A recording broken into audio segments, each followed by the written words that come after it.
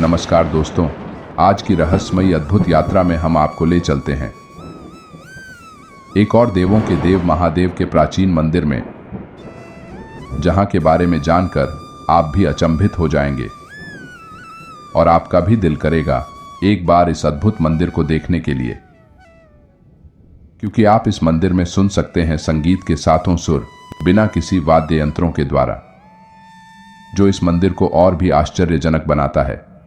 और इसी कारण इस मंदिर को यूनेस्को द्वारा 2004 में वैश्विक धरोहर भी घोषित किया गया था। जी हां दोस्तों, हम बात कर रहे हैं दक्षिण भारत में स्थित देवों के देव महादेव के मंदिर की, जिसे हम सब ऐरावतेश्वर मंदिर के नाम से जानते हैं। और यह मंदिर तमिलनाडु राज्य के कुंभकोणम जिले से मात्र 3 किलोमीटर की दूरी पर स्थित दारासुरम में पड़ता है, जो अपनी प्राचीन वास्तुकला के लिए प्रसिद्ध है।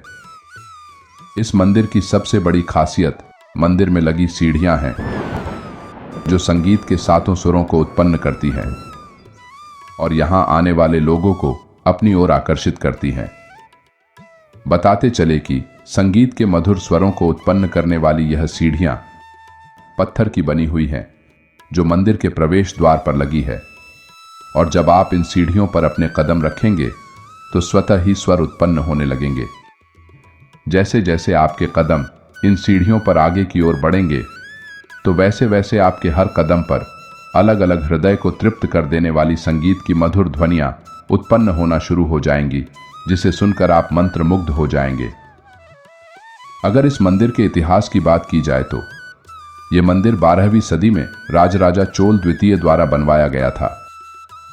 इस मंदिर के निर्माण में वास्तुकला और प्रस्तर कला का विशेष ध्यान रखा गया है, और साथ ही इस मंदिर के निर्माण में सीमेंट, बालू, सरिया आदि का उपयोग नहीं किया गया है, बल्कि पत्थरों को एक दूसरे से जोड़ जोड़ कर बनाया गया है।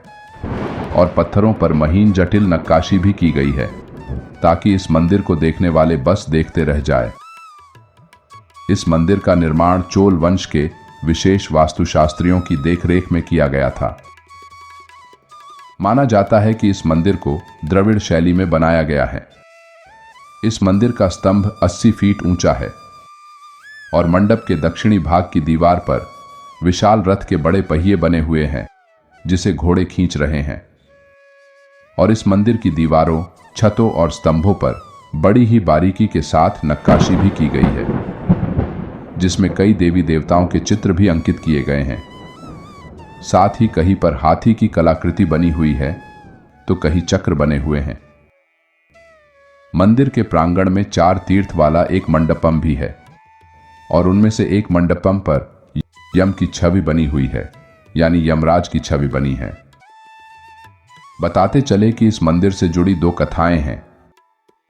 पहली यमराज से जुड़ी है और दूसरी भगवान इंद्र के सफेद हाथी ऐरावत से जुड़ी हुई है, और इसी कारण इस मंदिर का नाम ऐरावतेश्वर मंदिर रखा गया था।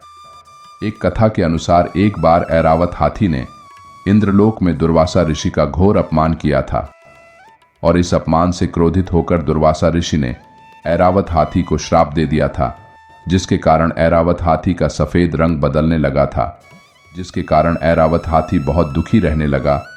तब उसने इसी मंदिर में भगवान शिव की आराधना की और इस मंदिर के पवित्र जल में स्नान करके पुनः अपना सफेद रंग प्राप्त किया और ऋषि दुर्वासा के श्राप से मुक्ति पाई थी। इसी कारण राजराजा चोल द्वितीय ने इस मंदिर का नाम ऐरावत हाथी के नाम से रखा था। इस अद्भुत मंदिर को देखने लोग दूर दूर से आते हैं, और यह मंदिर प्रस्तर कला के प्रेमियों के लिए स्वर्ग के समान है। और साथ ही स्वरों से आंख मिचौली करती यहाँ की सीढ़ियां, जो यहाँ आने वाले सैलानियों के लिए सबसे अधिक आकर्षण का केंद्र है, और साथ ही अपने आप में एक अनसुलझा रहस्य भी। तो दोस्तों, आपको कैसी लगी यह अद्भुत यात्रा? आशा करता हूं कि आपको यह यात्रा पसंद आई होगी। तो आपकी क्या राय है इस मंदिर के विषय में, और क्या कहना चाहेंगे इस मंदिर की सुरीली सीढ़ियों के बारे में, जिस पर चलने मात्र से ही संगीत के सातों सुर उत्पन्न होने लगते हैं? तो आप अपनी राय हमसे जरूर साझा करें अपने अनमोल कमेंट और लाइक के द्वारा। और साथ ही अगर आपने हमारे YouTube चैनल को सब्सक्राइब नहीं किया है तो प्लीज़ सब्सक्राइब कर ले तो इसी के साथ इस यात्रा को यही समाप्त करते हैं और फिर मिलते हैं एक और अद्भुत यात्रा के साथ। तब तक के लिए हम आपसे विदा लेते हैं। धन्यवाद। आपका दिन मंगलमय हो।